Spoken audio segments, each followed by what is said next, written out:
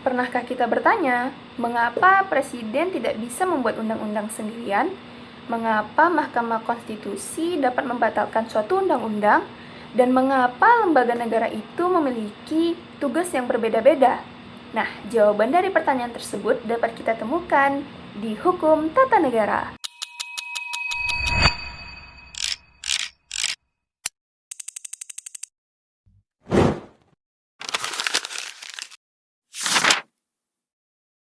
Hai, perkenalkan nama saya Alia Fitri Reza, seorang mahasiswi Fakultas Hukum semester 2 di Universitas Islam Riau. Video ini saya buat dalam rangka memenuhi tugas mata kuliah pengantar hukum Indonesia.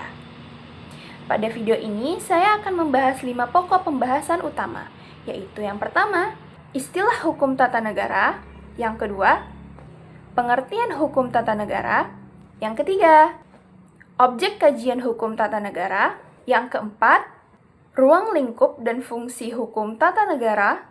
Yang kelima, sumber-sumber hukum tata negara. Pembahasan pertama adalah mengenai istilah hukum tata negara. Istilah hukum tata negara yang digunakan di Indonesia merupakan hasil adopsi dari sistem hukum Belanda. Dalam bahasa Belanda, istilah yang digunakan adalah strafrecht. Dalam bahasa Belanda, istilah yang digunakan adalah, terima kasih Google, yang secara harfiah berarti hukum tentang negara. Penggunaan istilah ini tidak terlepas dari pengaruh kolonial Belanda yang mewariskan tradisi hukum Eropa kontinental atau civil law kepada Indonesia.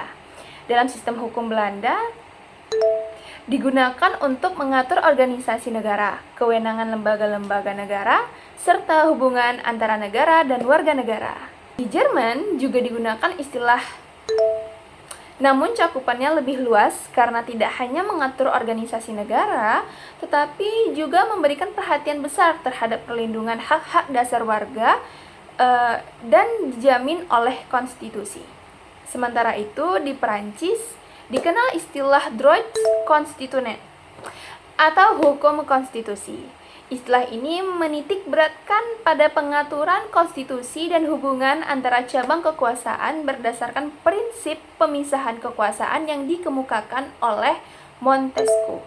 Dalam sistem hukum Anglo-Saxon seperti di Inggris dan Amerika, digunakan istilah constitutional law. Di Inggris, hukum tata negara berkembang berdasarkan konvensi ketatanegaraan dan berbagai dokumen sejarah penting.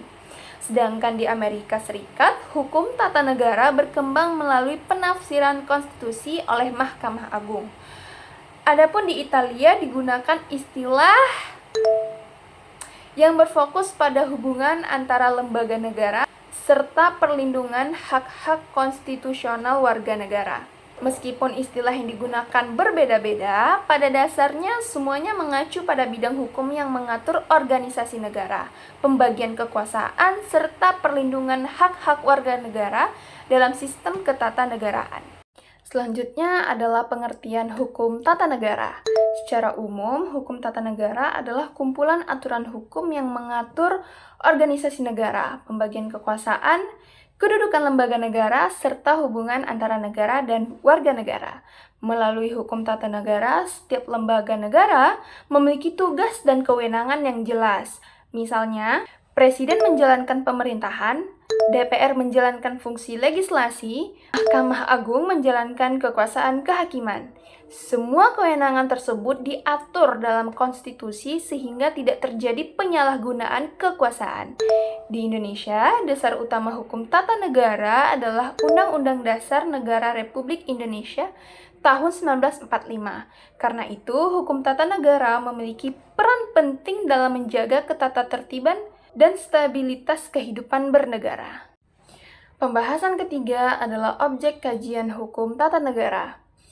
Objek kajian adalah hal-hal yang dipelajari dalam suatu ilmu. Dalam hukum tata negara terdapat beberapa objek kajian utama, yaitu yang pertama ada konstitusi negara. Konstitusi merupakan hukum dasar yang menjadi pedoman penyelenggaraan negara. Di Indonesia, konstitusi yang berlaku adalah Undang-Undang Dasar 1945. Yang kedua, bentuk negara dan sistem pemerintahan. Indonesia merupakan negara kesatuan dengan sistem pemerintahan presidensial. Yang ketiga, lembaga-lembaga negara.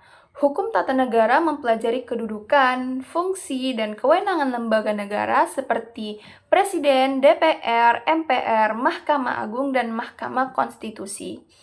Yang keempat, pembagian kekuasaan negara. Pembagian kekuasaan bertujuan untuk mencegah terjadinya pemusatan kekuasaan pada satu lembaga.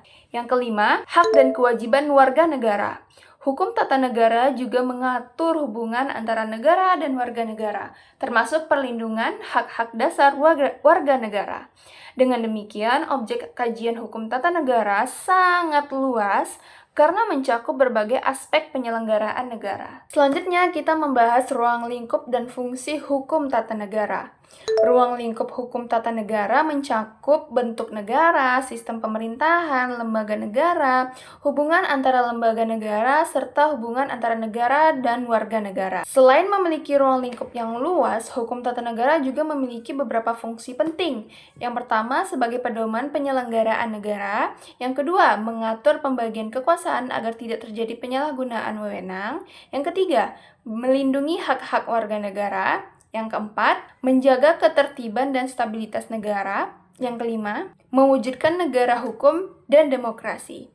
Tanpa adanya hukum tata negara, pelaksanaan pemerintahan akan berjalan tanpa arah dan berpotensi menimbulkan konflik kewenangan antar lembaga negara. Pembahasan terakhir adalah sumber-sumber hukum tata negara. Sumber hukum tata negara merupakan segala sesuatu yang menjadi dasar berlakunya aturan ketatanegaraan. Pertama adalah Undang-Undang Dasar 1945. UUD 1945 merupakan sumber hukum tertinggi dalam hukum tata negara Indonesia. Kedua adalah peraturan perundang-undangan yang dibentuk berdasarkan UUD 1945. Yang ketiga adalah jurisprudensi, yaitu putusan hakim yang menjadi pedoman dalam perkara tertentu. Yang keempat adalah konvensi ketatanegaraan, yaitu kebiasaan yang berkembang dalam praktik penyelenggaraan negara. Yang kelima adalah doktrin atau pendapat para ahli hukum yang digunakan sebagai rujukan dalam pengembangan ilmu hukum tata negara. Kelima sumber tersebut saling melengkapi dalam membentuk sistem ketatanegaraan Indonesia. Sebagai penutup, dapat disimpulkan bahwa hukum tata negara merupakan cabang ilmu hukum yang mengatur organisasi negara, pembagian kekuasaan, kedudukan lembaga negara, serta hubungan antara negara dan warga negara. Dalam video ini telah dibahas mengenai istilah hukum tata negara, pengertiannya, objek kajiannya, ruang lingkup dan fungsinya, serta sumber-sumber hukum tata negara.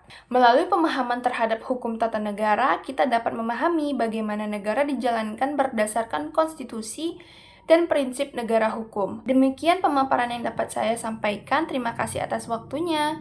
Wassalamualaikum warahmatullahi wabarakatuh.